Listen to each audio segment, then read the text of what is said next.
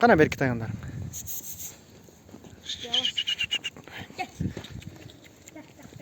Koçkor rayonunda Kırgız tayganı taptagan mınakey. Boz tayganlar.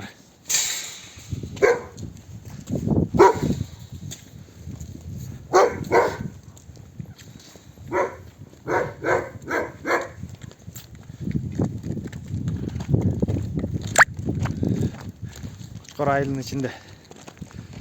Oo. Çok da tayganlar var.